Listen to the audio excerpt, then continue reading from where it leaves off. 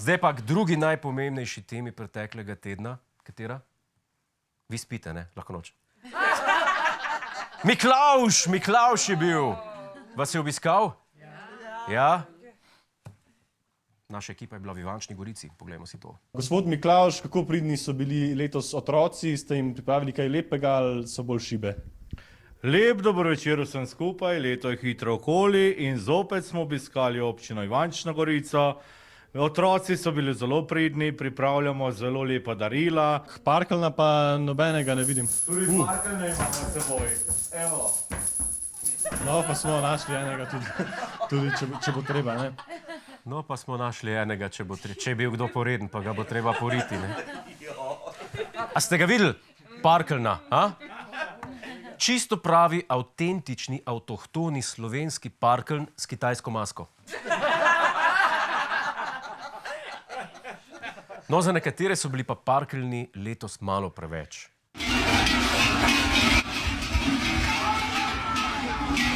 To je posnetek parkeljnov, ki je razburil javnost, med njimi tudi operno pevko Alenko Gotar. V objavi na Facebooku je zapisala, da parkeljnov nikoli ni marala, dogajanje na videu pa označila za izživljanje, ki po njenem presega slovenske šege in običaje. Tole bi bilo potrebno prijaviti policiji. Slovenska policija, boste ukrepali? Jaz sem že podala prijavo na e-upravi. Boga slovenska policija. Pa cigani, pa parkeljni, pa radarje nastavljati. A bojo kdaj te ljudje frej? A jim boste dali malo miru? To ni enostavno.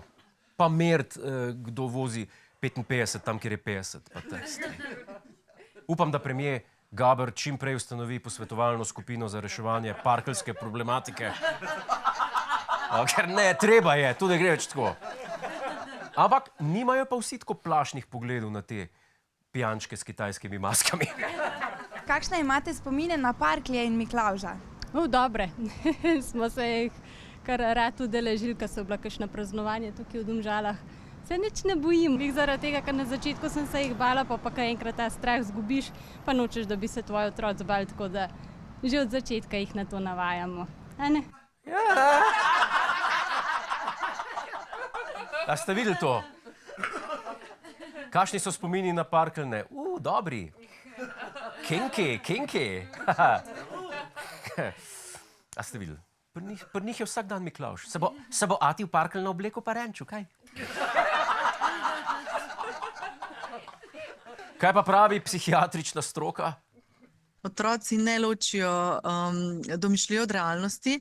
Mi se kot odrasli tam zavedamo, da so ti liki, pač, da je to igra, da je tam zadnji neka oseba, ki se bo slekla in ne bo več tako grozna, glasna, huda. Otrok se pa tega ne zaveda. Oseba, ki se bo slekla, upam, da ne. Upam, da ne. Ampak zdaj me pa jasno, če so vam parkeljni preveč strašni, pomeni, da ste otrok po srcu. Novič poročamo o kraji mesa. Tokrat so neznani storilci mlademu mesarju Marcelu Stojnšku iz Haloz ukradli približno 2,5 toni.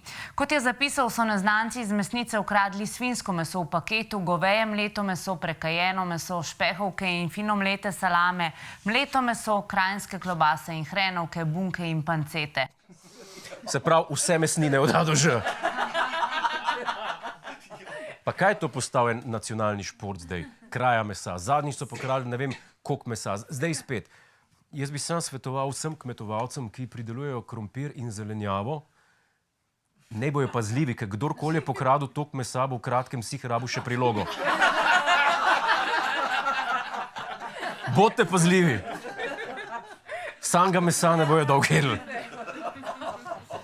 Zdaj pa poglejmo, kaj premiersko predsedovanje prinese človeku, ko enkrat ni več predsednik vlade.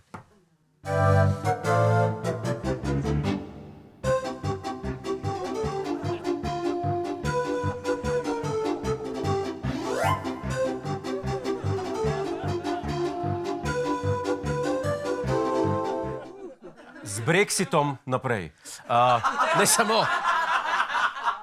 Naj samo eno stvar povem, preden gremo na vizavi, in to je, da mene premiersko mesto ne zanima.